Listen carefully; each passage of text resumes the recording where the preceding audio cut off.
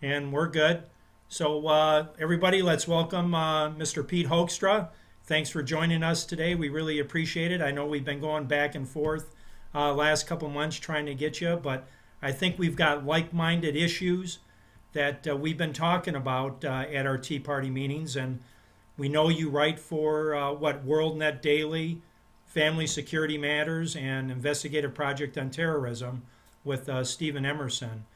We have been posting some of those articles in our emails, and as a matter of fact, we're going to be we showed the Rhode Island situation that you were involved with just last week.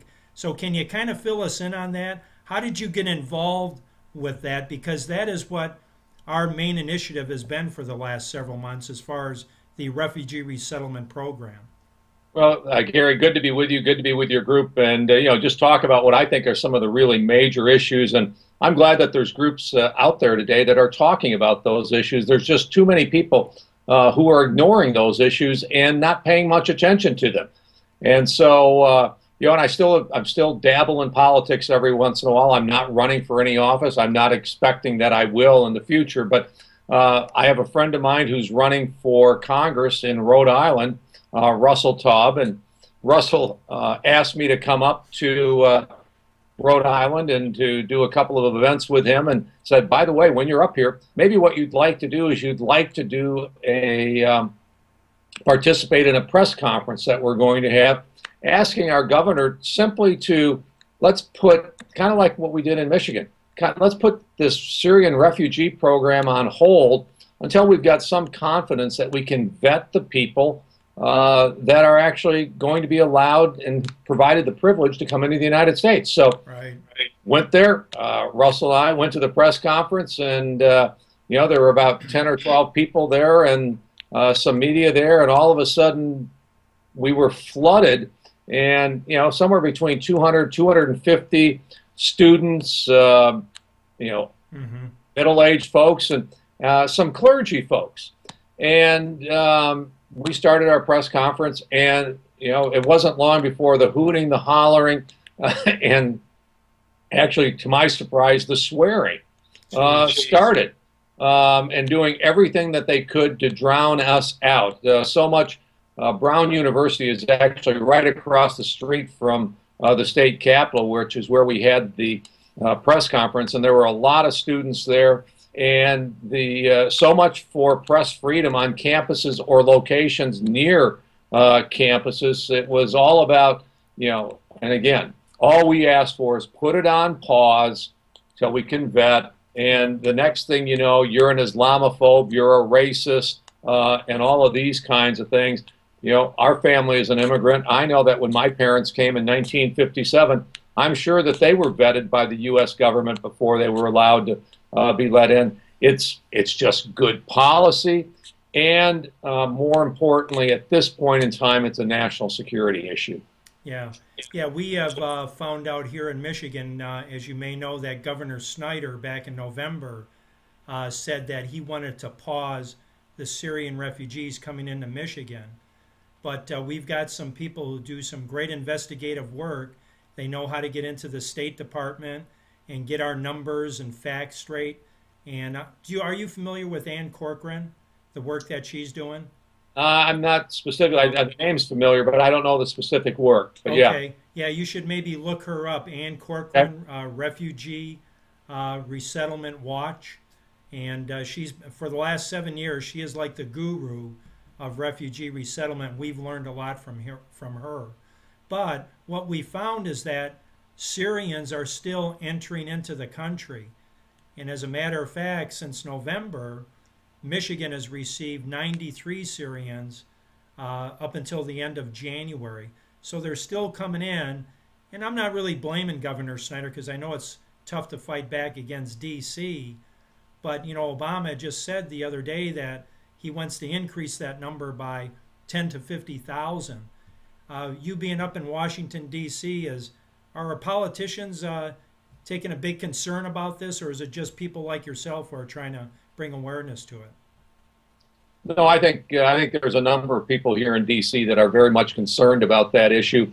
They don't want They don't want unvetted refugees to come into this country. You know, with the investigative project on terrorism, we've identified that, you know, the raw materials, the paper, the pages, the covers, and those types of things that you need to make passports, blank passports, those things have fallen into the hands of ISIS in Syria. Yeah. More concerning is the actual equipment that is used to print these passports, and that equipment has also fallen into the hands of ISIS. And you know, I will dispute one fact that you just gave. It says that you said 93 Syrians. My bet is that probably half of those folks aren't even Syrians. They may claim to be Syrians, but we have no idea who these people are or where they're coming from. I heard a story this morning that someone went to go meet I think this was in Europe, went to go meet a group of what she thought were 90 Syrians from Aleppo. She went and found out that only 5 of them were actually Syrians. The other 85 were something else. Yeah.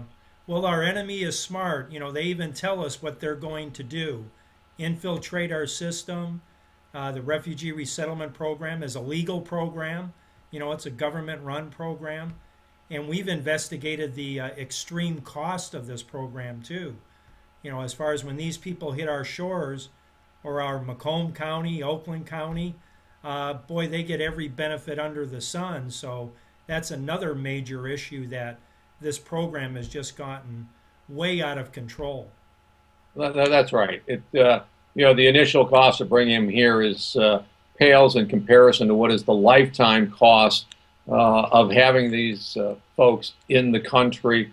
But again, our concern is the national security, regional security that comes with having people who are unvetted. After, like you said, after ISIS has said, we're going to seed these refugee populations, we're going to seed them with our fighters and our members. It's kind of like, what part of that don't we understand? Right. Yeah, so when you were there in Rhode Island, and I watched a couple different videos of the situation, and how disgusted you were after the event, that these people just didn't give you the time of day and no respect. That seemed like a well-organized, coordinated attack on you and the other people there that were to speak on against refugee resettlement. Is that the way you felt when you were there? Oh yeah, there's no doubt it was an organized event. You don't get 250 people to show up for an event like that on a 1:30 in the afternoon meeting unless there is some type of coordination. It wasn't one group. There were a diverse membership of this group. And then you also saw that they had the signs, they had the chants. Yeah. They were fully prepared and ready to go when we got there. You know, that's what it seems. Me and another gentleman, Dick Manasiri, and myself, and I may have mentioned in an email I sent you that Senator Patrick Colbeck, state senator in the Canton, Michigan area, he wrote a resolution, just backing the statement of Snyder as far as actually stopping the Syrian refugees until we can totally vet them. And he invited Dick Manasiri and myself to speak on his behalf. And he said, this thing's only going to last a half an hour. Just give us, some facts that you guys know so well. So we did that. But here again, we ran into the same thing. CARE was there. A couple people from Catholic Services were there. 2 Syrian doctors. They were well coordinated. And that's where it seems like the people who are the opposition to refugee resettlement, we seem to try to do it nicely, but they come at us with both barrels, and then we're not prepared, or it gets overwhelming, and that's the way Dick and I felt too. Well, it can be overwhelming. I think the tactics that we run into say more about who they are than what we are, because it gets into the ranting and the raving, Islamophobia, the name calling, and those kinds of things. They have no facts. Right. Other than what their policy is. And I'm not sure what you heard from some of the folks, but I stayed and I talked to some of the people in the crowd whenever I could get a word in edgewise. And you know exactly what they want. They want to allow everybody into the country. They believe it is not a national right. They believe it's a God-given right that, there should be open borders and people should go wherever they want to be able to go on the planet. And so that means, regardless of the background, regardless of their values, regardless of where they come from, they are welcome into the United States of America or wherever else they may want to go. But the bottom line is they all want to come here. Mm-hmm. I'm sorry, when I was in Congress and even as a citizen, I kind of believe in the rule of law and that there needs to be boundaries set on who we provide the privilege to of coming into the United States and hopefully becoming a functioning member of our society. So are you going to get more involved, Pete, with refugee resettlement, or is that just part of some of your responsibilities now is to speak on behalf of that issue, or was that just a one-time thing for you? No, I mean, I will speak on it more, Okay. work with groups on those types of things. It's the kind of, I'm spending almost all of my time at the Investigative Project on Terrorism, focusing on national security issues, taking a look at groups like you mentioned, CARE, which, is always advertised as the leading civil rights organization for Muslim Americans. And it's kind of like, no, they're not. These guys are nothing more than unindicted co-conspirators in the Holy Land Foundation for raising funds for terrorist organizations overseas. That's not me. That's not IPT. That's not Steve Emerson. That's not Gary talking. That is, those are prosecutors in a case where you go back and you get the documentation. You get the whole story of CARE, the Muslim Brotherhood, and these kinds of things. But so what I do at IPT, I'm focused on the threat from radical jihadists, both the violent threat that we see, but also what we call stealth jihad, where these folks come into the United States, they go into Europe, they use our laws, they use our values against us. Now, I mentioned, which we just found out about a week and a half ago, that the House has a bill, the Muslim Brotherhood Terrorist Designation Act, and two of our representatives right here locally, Representative David Trott and Representative Mike Bishop, who took over for Mike Rogers when Rogers stepped aside, so he's filling that seat. They have both voted for that bill to go through, so it did pass, I think, in a 17-10 vote. We've reached out to those two representatives to either Skype in with us or even congratulate them, even though we don't agree with them all the time. They're two Republicans. But we want to make a connection with them, so we can entice our other reps here in Michigan to do the same. How can we get this thing pushed forward? Because, we've got CARE right here in Michigan walking the halls of Lansing dictating policy, and we've got the enemies within. So give us some tips, or what do you think we should do? Well, I think what you really need to do is, number one, in Michigan, I think some of the correspondence you and I have had are indicating that Arlen Meekhoff is not going to allow the bill from the senator to make it to the floor of the Senate and have a vote. That's really disappointing. Just because CARE comes out and makes a protest, it's kind of like that's what we pay these guys for, is to take the hard votes. And in reality, it's not a hard vote. Asking or congratulating the governor simply on saying we're going to vet these folks before they come in, that's literally a slam dunk. But some of these groups have so intimidated our lawmakers that they won't move it forward. Congratulations to Bishop and to Trott for voting on that coming out of the Judiciary Committee.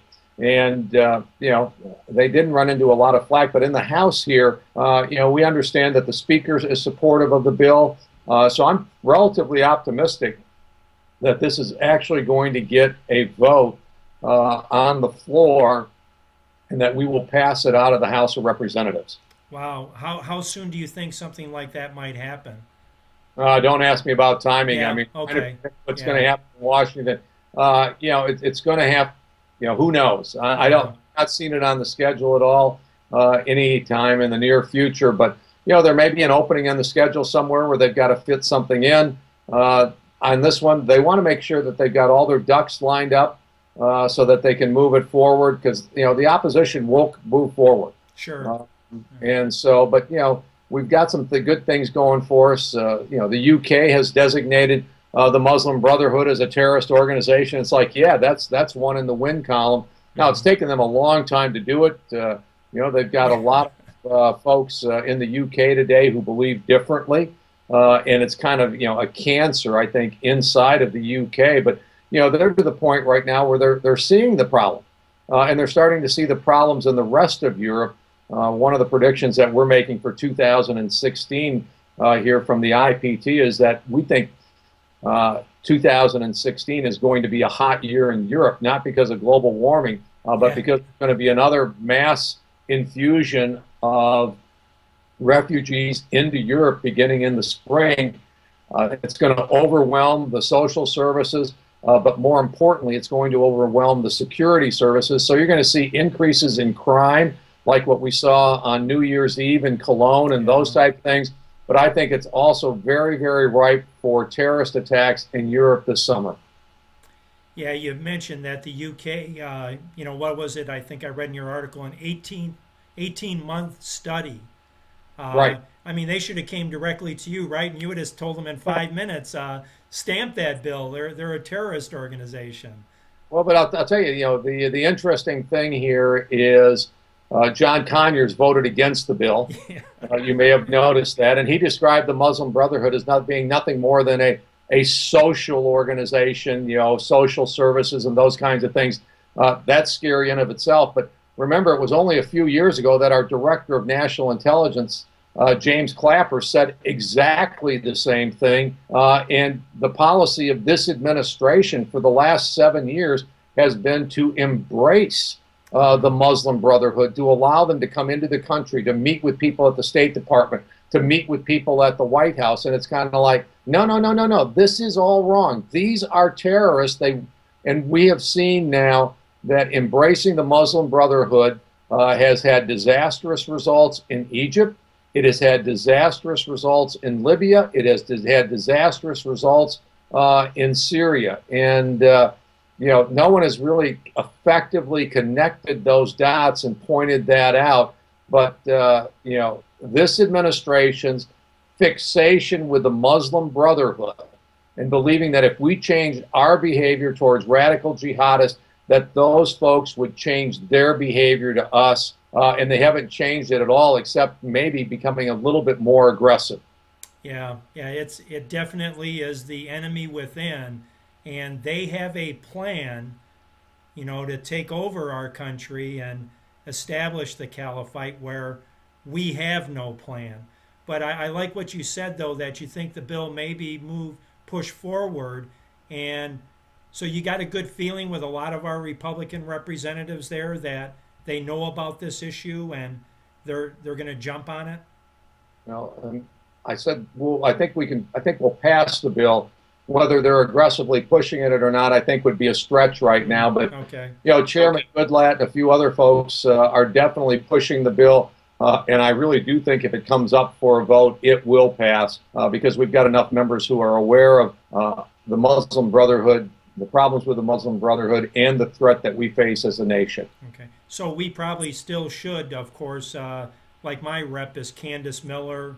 We've got Upton, Benishek, and so on. So we should put the heat on those people, call their offices, and advise them to look at the bill and co-sponsor it. They can co-sponsor it. The other thing, what they really ought to be talking about is they ought to be encouraging the Republican leadership to bring the bill up for a vote on the floor. Oh, okay. And so, putting the heat on or whatever, but, just calmly calling them and saying, hey, this bill is out there.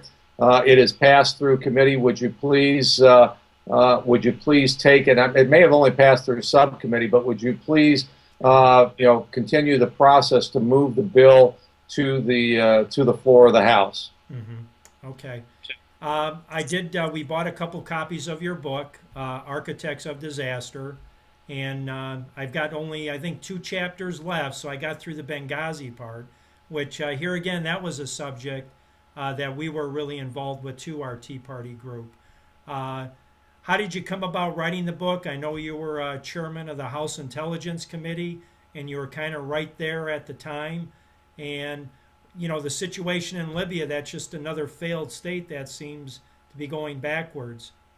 Well, actually, yeah, the New York Times actually came out with a story over the weekend that agreed with my assessment of what happened in Libya. We've got to remember in 2004, 2005, one of the few successes we've had in Northern Africa or the Middle East occurred when Gaddafi, flipped sides. He gave up his nuclear weapons. He paid reparations to the victims of his terrorist attacks. And most importantly, he started fighting radical jihadists as an ally. He'd always been fighting him, but now he was an ally to the United States. So that was a case where, hey, we achieved victory. Republicans and Democrats having ostracized Gaddafi for 20 to 25 years. He finally flipped sides. He became an ally. Does that make him, your friend and my best friend, and saying he has the same values that we have? Absolutely not. But I met with him for 3 times between 2004 and 2009. And during that period, he did basically everything the United States asked him to do. And for whatever reason, Hillary Clinton, in the New York Times article, clearly points it out. She was the architect of the strategy that argued for U.S. involvement into Libya to overthrow Gaddafi. Again, and we embraced the Muslim Brotherhood, and we actually, trained, equipped the folks that on September 11, 2012, turned around and killed our ambassador. The Muslim Brotherhood took advantage of us. They said, fine, let's work with the U.S. to get rid of Gaddafi. And as soon as we're rid of Gaddafi, then we'll work on getting rid of the United States, and we'll establish the caliphate. And this is the naivete of this former Secretary of State and this president. And what, think about this as we move forward. And someone's thinking about whether they're going to negotiate with the United States of America or not.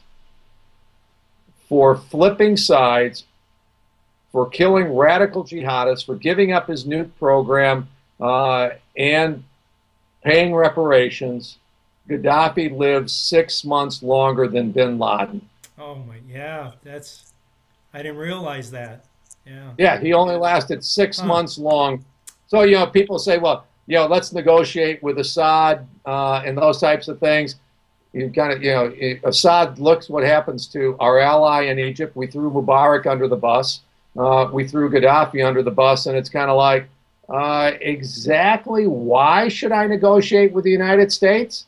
What's the benefit in this to me? It seems like other people in the region who have worked with the United States, it didn't turn out that well for them. So, you know what? I think I'm just going to bunker down in Damascus, and I'm going to fight it out because I can't trust the United States. And I met with Assad. I kind of have a little bit of an understanding of what his rationale is and how his family has behaved over the last 30 to 40 years and why they behaved. I'm not surprised by Assad's behavior. It was just there's enough of this, and I can't trust the U.S. Can you tell the bad guys from the good guys in Syria now and Libya, or is it just a hodgepodge of various terrorist groups, Al-Qaeda, Ansar al-Sharia, and such, and it's tough to pick a side right now? Oh, no, I mean, it was tough to pick a side before. But, when you're willing to say, we're going to go in and we're going to kind of differentiate between the good jihadist and the bad jihadist, it means that, you've lost the war, because there is no good jihadi. All right? These folks, none of them are committed to democracy. None of them are committed to human rights. None of them are committed, to the rights of women, religious minorities, and those types of things. We're seeing that. But again, the Obama administration believed that they could work with moderate jihadists and get a positive outcome in Egypt, in Libya, and in Syria. And we've seen what the results are. When I was reading through your book about the February 17th Martyrs Brigade, right, and they were in charge of the security for Benghazi, the annex, and when I'm reading through it, and I did know a little bit about them, that they turned their back on the whole situation and might even been, firing the bullets at us. How in the world can you keep those people in charge of security for us when your book kind of lays it all out that they were not even really on our side right from the beginning? Or am I taking that a little bit wrong? Or No, I think you've got it exactly right. We knew who they were. We believed that if we engaged them, they would and treat them better, that they would change their behavior. And all they did is they kind of looked at it and said, they probably went home at night or they went to their camps at night and they said, can you believe this? Yeah. We got the contract. We got the contract to provide the security to the Benghazi facility for the U.S. State Department. It's kind of like, whoa, how does this happen? And and then we see the tragic results of what happened. But I think these folks just can't believe how naive the United States was in Libya and these other places throughout the Middle East. Yeah, I just, I got to kind of, that must have been a heck of experience, though, for you to be face to face with Gaddafi. What did Reagan call him? The mad dog of the Middle East? And was it very opulent when you went into his digs or where he lived and such? Not at all. We met, one time we met with him kind of in a big circus tent out in the middle of the desert. We drove around Libya for about 4 or 5 hours before, and we weren't headed there. They just had us doing all kinds of different things, but we finally went there. That wasn't opulent. Once we met in his home in Libya, the one that Reagan had actually bombed. Okay. And then the third time we met with him in a Bedouin tent, again, out in the middle of the desert. And so, no, it was not opulent at all. Okay. But, the guy was smart. And when I met with him, especially the last 2 times, this guy was fully committed to the destruction of the radical jihadist movement and working with the United States to make sure that that is what happened. Mm-hmm. So we had a friend, but like you say, we betrayed him. And 6 months after, which that's a great point. I didn't realize that he was killed 6 months after Osama bin Laden. But one final question for you, and then we'll wrap up. We're going on 25 minutes here. Is concerning Benghazi, Mike Rogers was on the radio about a month ago, here in Detroit, WJR Radio, if you're familiar with them. And he was filling in for Frank Beckman. So I called into Mike and just asked about his report that he gave about Benghazi when he was chairman of the House Intelligence Committee. But he said one thing that, I saw the movie 13 Hours in Benghazi, I've read the book. He said the CIA director, the chief, who gave the stand-down order, he said that man actually went to go fight with the contractors to try to save Ambassador Stevens. But in the movie and in the book, he stays back. Do you know anything about that as far as whether he went or not, or through your experience or expertise that you know of? Well, I know that the folks on the Benghazi committee and those types of things, they don't have a high view of this CIA chief of station. In Mike's report, basically indicated that everything was fine, that the CIA and the station chief did everything that they were supposed to and were expected to do. From my perspective and the information that I have, I don't agree with that. My concern is I'm not sure that the Benghazi committee is going to get to the full bottom of this. I think that I'm very disappointed by this. I think that we were running guns, or we were allowing and watching other people run guns from Libya into Turkey. I believe that what is called the Gang of Eight, the top leaders in the House and the Senate, were read into this. When they're read into it, if they don't stop it, it means that they approve of this. And those weapons ended up flowing into the hands of the individuals and the groups that today are ISIS and have the caliphate in Iraq and Syria. Just a really serious misjudgment by all the people who were involved in that process. And I think they've been pretty effective in covering up the real story of Benghazi and the bigger story of Libya and the bigger story of engaging with the Muslim Brotherhood and resulting in what today is a caliphate in Libya and a caliphate in the Syria-Iraq area. Mm-hmm. Well, thanks, Pete, for being with us today. Sorry about the change in schedule, but you're nice enough to talk with us this afternoon, and we'll show this tomorrow evening to our group, and we're going to get together tomorrow. But please, be a friend of ours. We might need your help here in Michigan. Do you still live in Michigan? Do you still reside in Michigan? Absolutely. Okay. Oh, yeah. All right. Still have the same house, I still got the same house, and I still got the same wife. Nothing's changed. All right, that's a good thing. That's a good thing. Do you remember coming to Marinelli's and speaking to us when you were running for Senate? Absolutely, yeah. Okay, good. All right, yeah. So, that's where we first met. And, hey, thanks for joining us, though. We really appreciate it. Keep up the good work. We'll keep following you and publishing your articles to our group and letting everybody know what you're doing. And we might call on you again sometime to get your expertise on a few things here or there. I'll be more than willing. This is an issue and a problem that's not going to go away. Right. And I'm excited and thrilled that you guys are interested in the topic. Okay. Thank you, Pete. Have a great day, and we'll stay in touch. Thank you, sir. All right. Sounds good. Thanks. All right.